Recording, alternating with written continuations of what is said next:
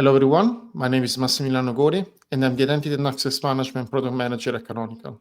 Today, I'm joined by Rajan Patel, the Landscape Product Manager, and together we're going to talk about how to bring Entra ID authentication on Ubuntu Server at scale together with Landscape, OD, and cloud-init.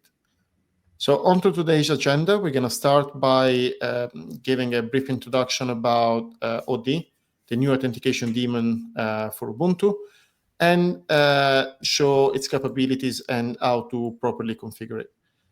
In the following segment, we are going to show how to automate its configuration thanks to cloud-init, which is a tool that is widely used by not only Canonical infrastructure, but also all the major clouds. Then we're going to dive deeper into Landscape. What is it? Rajan will explain how to get it and how it can be used to facilitate all the steps that we discussed before. We are finally going to discuss how to further take the solution into production, adding additional security and compliance controls thanks to Ubuntu Pro, and finally open the floor for some Q&A. So what is OD? OD is a new authentication daemon that we have introduced together with Ubuntu 24.04. It works on 24.04 and all subsequent versions. So it also works on 24.10, the current internal release. And it works on both desktop and server via supported PPA. What OD does is that it leverages the O2 device authorization grant, more commonly known as the device flow, to bring cloud single sign-on or single sign-on with cloud identity provider to all compatible Ubuntu machines. At launch, we have enabled support for Microsoft Entra ID thanks to a specific broker. However, multiple identity provider will be supported in the coming months, and the idea is to add new ones for every new version of Ubuntu. Moving over to the architecture of OD, it is primarily made of two components, a DEB and a PPA, which has the homonymous name, and a set of identity brokers that are delivered as steps. The OD component introduces specific PAM and NSS modules, and it is the piece that it is responsible for interacting with all the low-level system components on Ubuntu. OD then exposes an interface. If we can go back to the previous slides, OD then exposes an interface which is then consumed by the identity brokers snaps, and so it exposes this interface over DBus, which is consumer identity broker snaps, which are the applications that are trusted to have this privileged conversation with the identity providers. So in terms of the deployment onto the system, in the specific case of Entra ID, the first prerequisite is to register an enterprise application with Entra ID with a specific set of permissions which are outlined into our documentation. The second step is to add the OD PPA and install the OD DEB. And this is a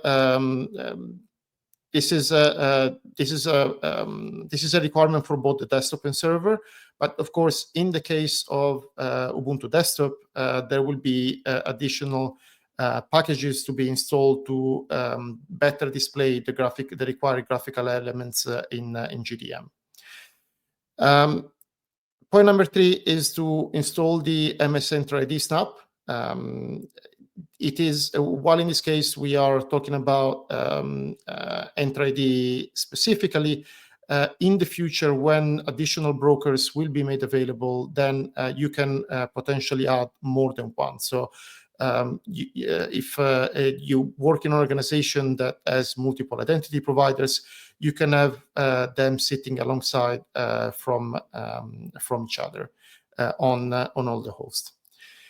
Step number 4 is to basically configure the MS Entra ID snap config file to add the client ID and the tenant ID so that you can talk to the specific versions of Entra that you use in the organization. And then finally, in the specific case of server and NSS, we want to add some specific SSHD configurations to make sure that PAM and the interactive authentications are used. Finally, once you restart the services, you will be able to authenticate. Now, all of these steps are outlined into our documentation, and you can either do it manually or in an automated fashion in the way they were going to present. Before we actually show the experience, this is how the broker configuration file looks like. So this is the configuration file that comes prepackaged whenever you install the MS Entra ID snap. So you have the issuer and the client ID, which is where you will need to pass the two strings to identify your specific tenant and the newly created enterprise application. At the current time of this recording, we also provide the ability to configure a home-based directory. The default is the one that you see in this file. However, you can customize that to your liking. And finally, you also have the possibility to specify email suffixes. Again, if your organization has multiple domains that are supposed to be allowed, right? So, and this can be an orderly list. There is an opportunity also to specify authentication timeouts as well, and time interval at which a certain authentication session is persisted. Now, moving on to how does that look in the server. So once everything has been installed and authenticated correctly, if you're trying to SSH into a server, which is what I'm doing in the first row of this screenshot, you are presented with like a list. This comes from your PAM profile with the specific authenticators that are configured on the machine. Because we would like to use Entra ID, if we select the device authentication, we will then be presented with the Microsoft.com device login URL, as well as a specific device code. So the device code is specific for the device and for the session. If we go to the next screen, we can see that upon entering the device login URL into a web browser, you're prompted to enter the code, and after that, you're prompted to. In this case, I was already authenticated, so I was just like selecting my current account. But if you're not, you will need to follow the specific flow that has been set by your administrator. At this point, I wanted to highlight also the benefit or the reason why we decided to go with the device authorization grant. And it is rather than like a simple username and password or like any specific factor sequencing. And in this case, the main reason is the fact that by going this way, we allow individual enterprises to effectively keep on using whatever set of security policies that they've set up on Entra ID. For example, if your organization requires the use of passkeys or a specific set of hardware security keys, then we will not change the behavior, and it is a way to support all the methods that Entra provides.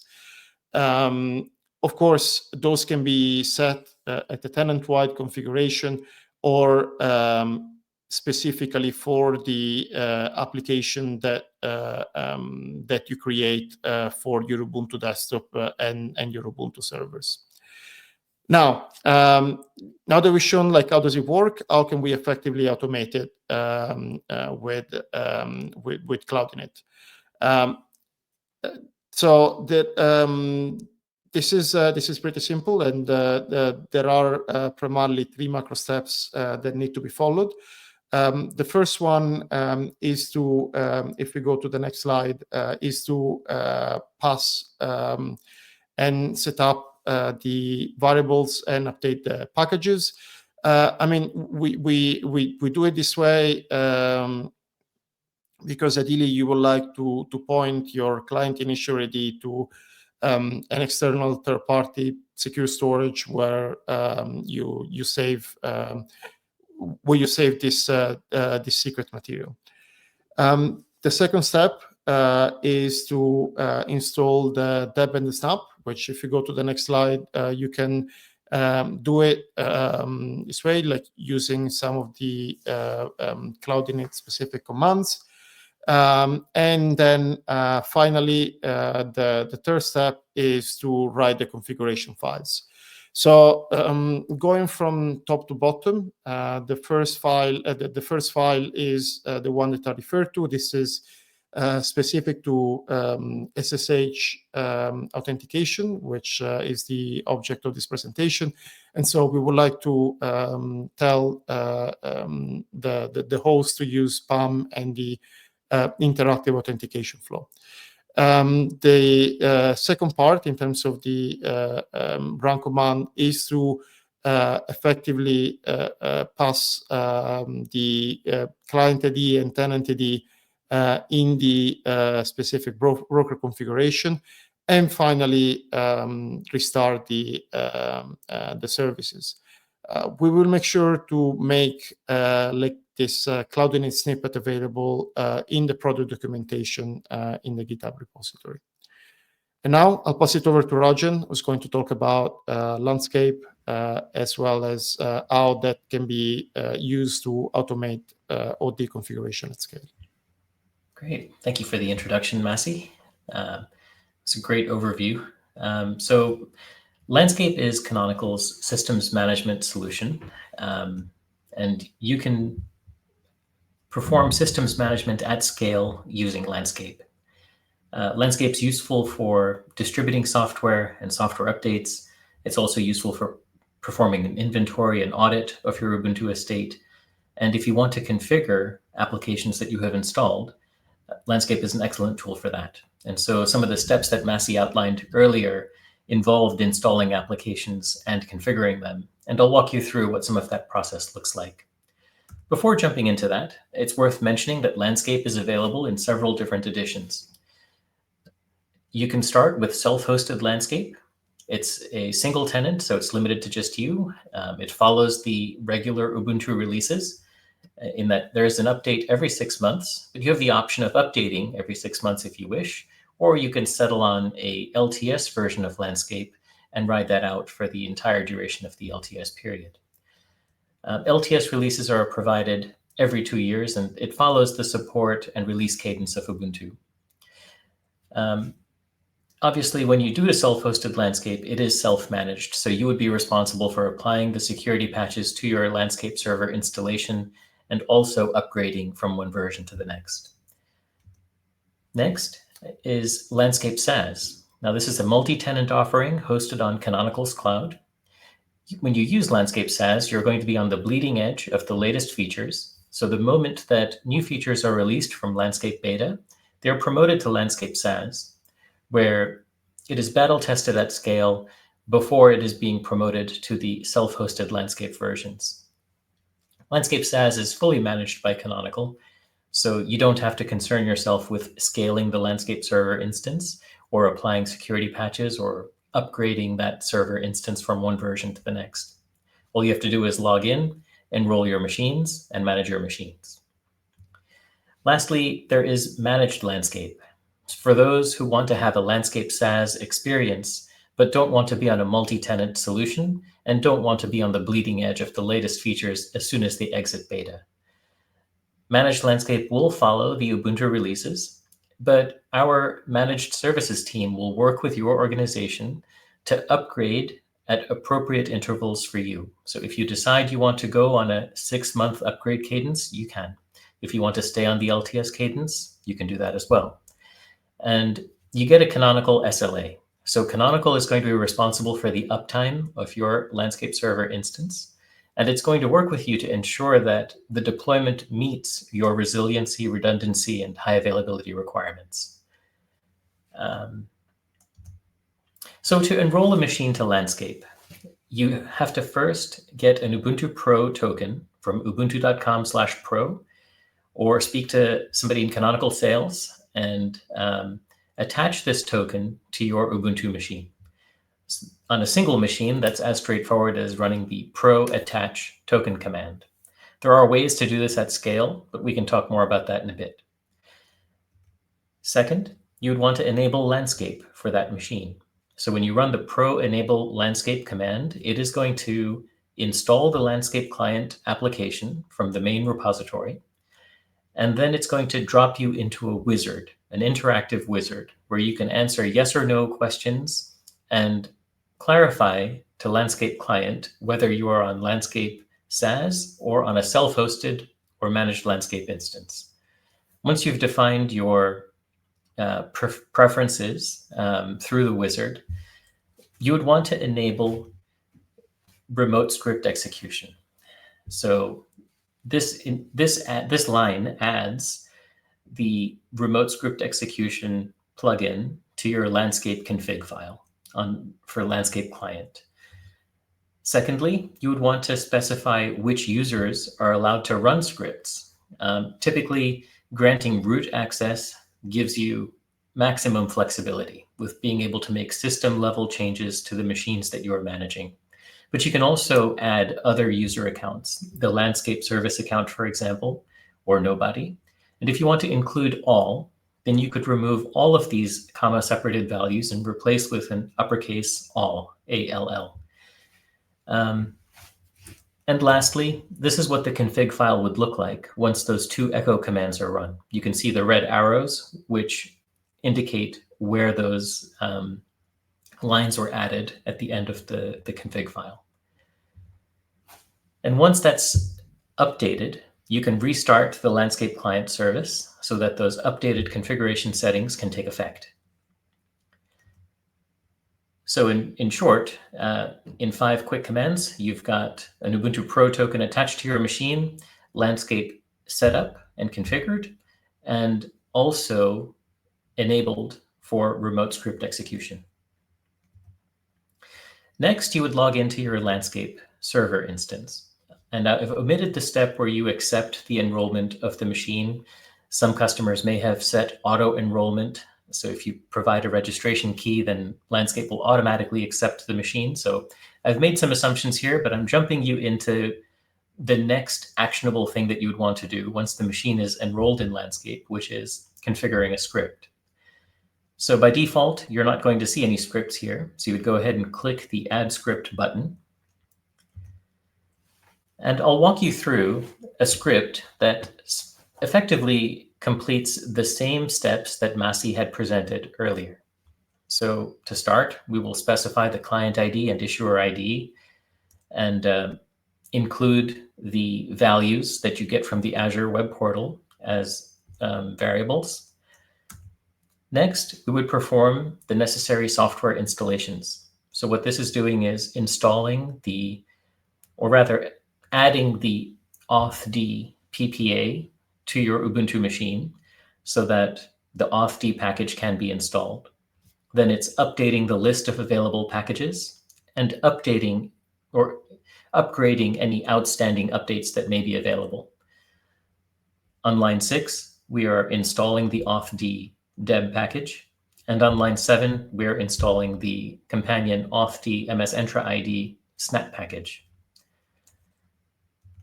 Next, we jump into configuring the Authd MS Entra ID broker.configuration file. So here we're adding the client ID and the issuer ID into that configuration file. And then next, we are adding the appropriate email suffixes into the broker configuration file. The next 3 lines are going to create the appropriate SSH configuration. So there's an authd.conf file in the sshd_config.d folder. And inside that file, we're writing 2 lines. One is to use PAM, and the other one is to enable the interactive authentication. You may remember this from the cloud-init step that Massi outlined earlier. This next step defines the login timeout. Now, this is an optional step. You don't have to perform this, and this may not have appeared in the earlier example in the cloud-init file. But if you want to change the timeout from the 60-second default to, say, 360 seconds, that value can be changed in this login.defs file, and that's what this sed line is going to achieve. Next, we're going to create a directory because we have to copy our msentraid.config file from the snap package directory into this etc authd brokers.d directory. No changes need to be made inside of that file. So this step can be completed as is. And lastly, we're going to restart all of our services. This can also be achieved by rebooting your entire machine. And it may be an appropriate step, assuming that you have applied package upgrades on line 5 earlier that necessitate a reboot. So to see the entire script as a whole, lines 1 through 18,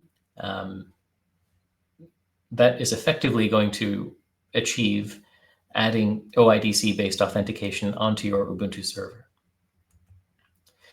So you take that script and you drop it into the add script experience within the landscape dashboard. Once you've pasted it in there and you've given it a title, you've specified that the run as user is going to be root, you choose which access group you want to make this script available for. So I've chosen global access. That means all machines that I enroll into landscape are going to have this configuration applied to it. Then I'll go ahead and click on add script. Now I have the option to run the configure authd script, and I can select instances within the global access group that I had previously selected, either by selecting them individually by name or by choosing tags. So if there is a subset of tags within the global access group that I want to target, then I can choose those here. For the purpose of this example, I have selected just a single machine and I'm specifying it by name. It's worth noting that I'm running this action as root because I am performing certain actions that require root level privileges, such as installing packages and updating system configuration files. I have the option of specifying the delivery time, and I would rather this activity run as soon as possible, as opposed to scheduling it at some point in the future. Once you're satisfied with your configurations, go ahead and click on Run Script. And it'll tell you that the script execution has been queued. Now, it's great to perform this installation via a script. You may also want to port that script into some sort of a configuration management tool other than Landscape. So if you wanted to have an Ansible playbook or some actions in Chef, depending on what your organization is comfortable with using, you're welcome to do that. What's happening under the hood is that you may want to apply the PPA configurations as a policy, meaning that that PPA where the Authd package was installed from has to be configured on all of the machines that you are managing. And so our previous step makes an assumption that we're going to add the PPA and that it will always be present. And it doesn't take into account the fact that a root administrator on that machine may inadvertently or purposefully remove that PPA for some reason. And we don't want that. So this is a screen of the Authd package on Launchpad. And if I scroll a bit further down on that page, you'll see where in the sources.list file, I have to take that line that says deb https with that red arrow, and then copy it and paste it into my sources.list file. And I've also got a signing key. And if I click on that link for signing key, I'll have the option to download my public key. I want to take these two pieces of information and put them inside Landscape so that I can specify a policy so that all of my machines that get enrolled into Landscape will have this repository configuration and are aware of the public signing key so that the packages can be successfully downloaded and installed. So once I click into that signing key link, then I am presented with another link that is for our public key. So if I was to click on this link with the red arrow, I will download the public key. So go ahead and copy that public key into your clipboard and then go back to your Landscape dashboard. We're going to go to the repositories GPG keys section, and there we will import the key. You don't have to specify whether it's public or private. Landscape will figure this out automatically. So paste that key into the field where it says material and click the import key button. And here you can see we have added the Authd public key. Next, we're going to define the apt sources. Specifically here, we're going to define the location of the PPA. So click the Add Apt Source button, and then paste in the apt line that deb line that was pointed to in the previous slide. Once that's done, you can select the access group that you want to target with this repository configuration, and then click Add Apt Source. So this is the confirmation screen that tells you that this package source is available to all of the machines that are in that selected access group. So in this case, the global access group, every machine in our Ubuntu estate. Next, we want to go to repository profiles. Because we've made the package available doesn't necessarily mean we have applied the configuration everywhere. So this is where we apply the configuration everywhere. So when you think of a repository profile, think of it as a collection of policies that are going to target a specific selection of machines. So here I'm going to click the Add Repository Profile button. Click on the apt sources link at the top, after specifying the title, of course. And then click the checkbox next to the word Authd and click on Add Repository Profile.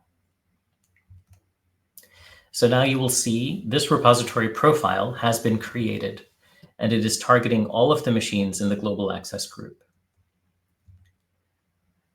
Next, I would create a package profile. So while I have specified the repository profile to be installed on all of the machines, I have not yet told all the machines to install that specific Authd package from that repository. So go ahead and click on the Add Package Profile button. Give it a name. So I'm calling it Authd. Give it a description so that you know what it means when you come back to it and see it in the interface at a future point in time. And specify which access group we are going to be targeting. Global access to be in line with all of my previous configurations. And then I have the option to be more granular with my association. So I could either check this box that says associate to all instances, or I could specify tags that I'm looking to target. So here I'm associating with all instances, and I'm not specifying any package constraints.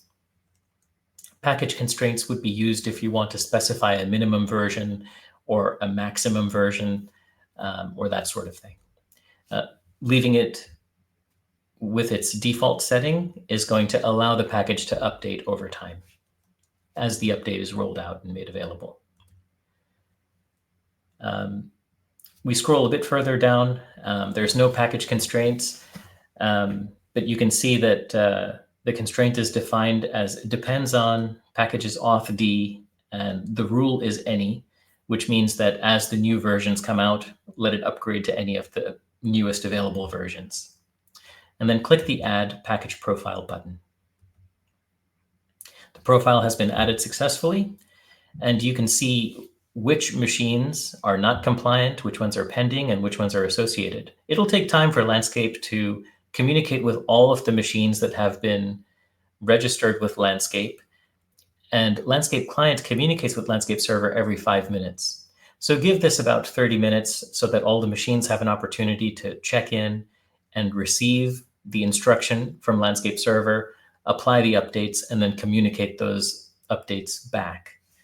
And then when you come back, you may encounter an alert telling you that there are some machines that are not necessarily compliant with certain profiles.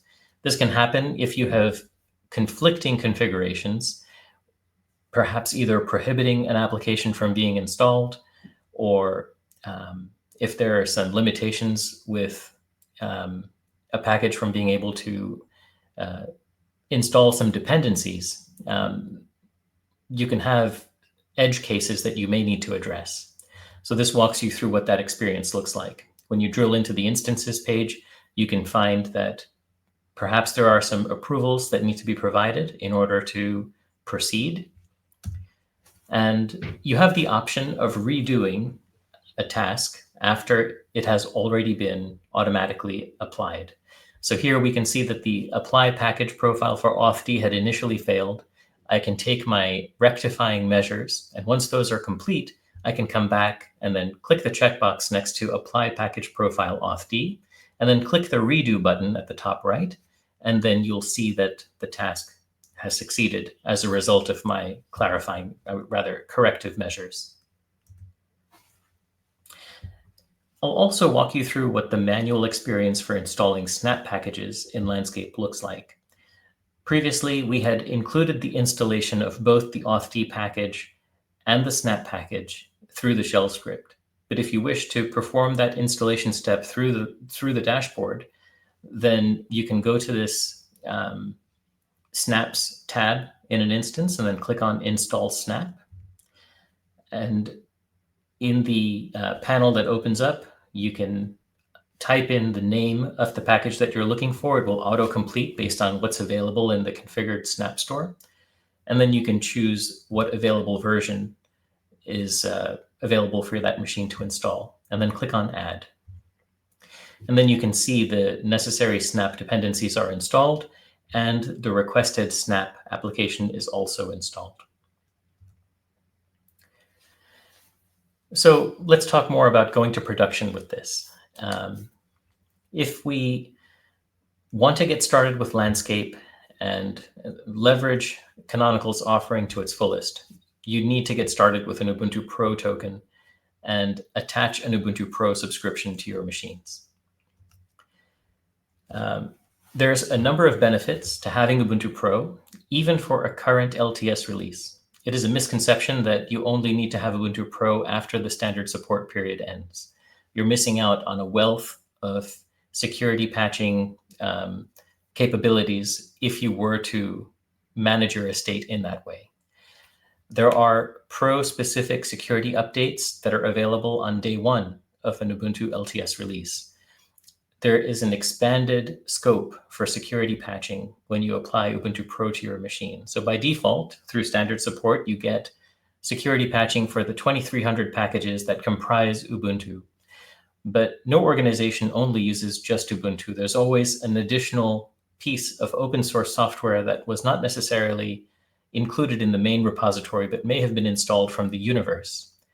And there's close to 34,000 packages, if not more. And all of those packages also get security updates through the Pro subscription.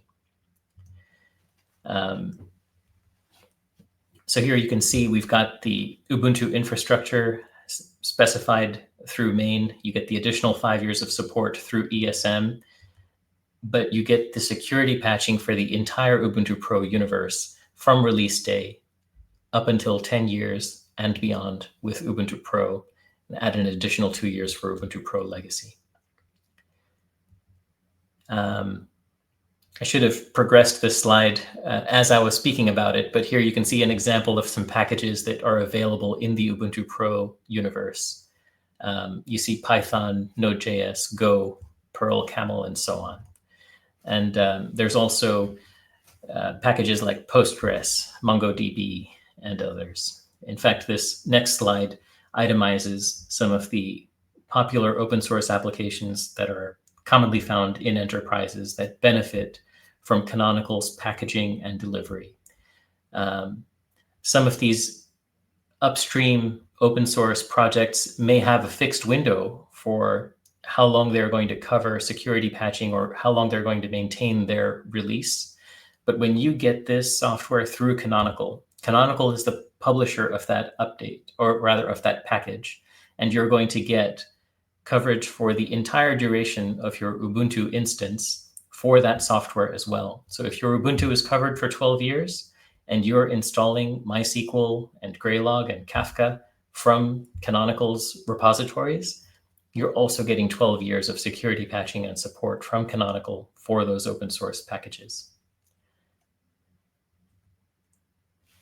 And lastly, it's worth mentioning that Canonical's automation portfolio is not limited to landscape. You also have provisioning capabilities through MAS, where you get bare metal provisioning.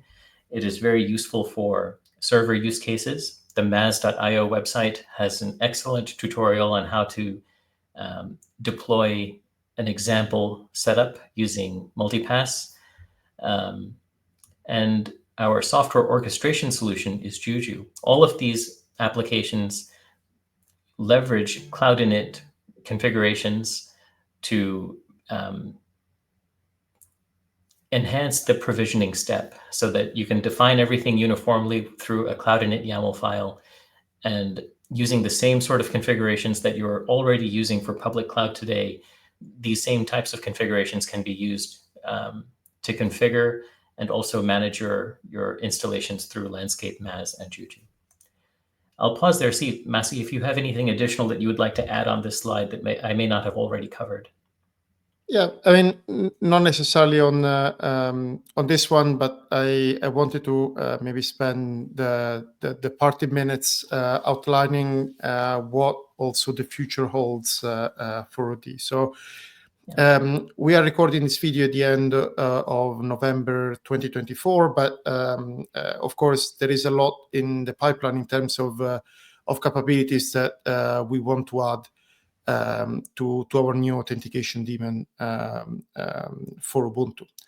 As I said in the beginning, we started with Entra ID because it was, by far the most requested identity provider by our community members as well as our clients and prospects alike. But there will be other logos and other identity providers that will be added in the future. With Google potentially being the major next one. Right now, we also offer a way, even though we didn't delve too much into it in this video, but there is a way to do privilege management, and so to assign some custom claims to specific Linux user groups. Just to make an example, just use a custom claim to determine which user should be part of the super group. So that is already possible today. There are instructions on how to do that in the documentation, but the idea is to extend the extent to which an administrator is able to configure that. And then finally, on a Entra ID specific side, we also are working towards the ability to enhance the way not only the authentication events, but also the machine, being them server or desktop, are displayed in the devices and the user section of the website. So all those functionalities will be delivered through the course of 2025, and in general through the course of the next couple of months.